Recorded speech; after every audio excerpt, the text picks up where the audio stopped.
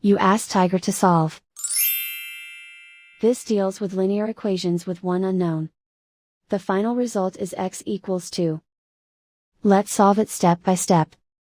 Group all x terms on the left side of the equation. Subtract 4x from both sides. Group like terms.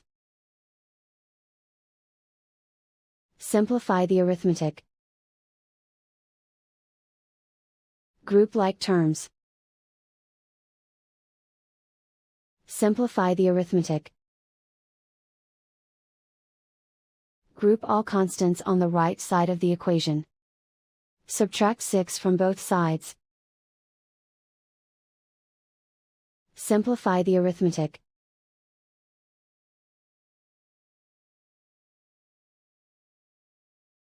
And so the final result is x equals 2.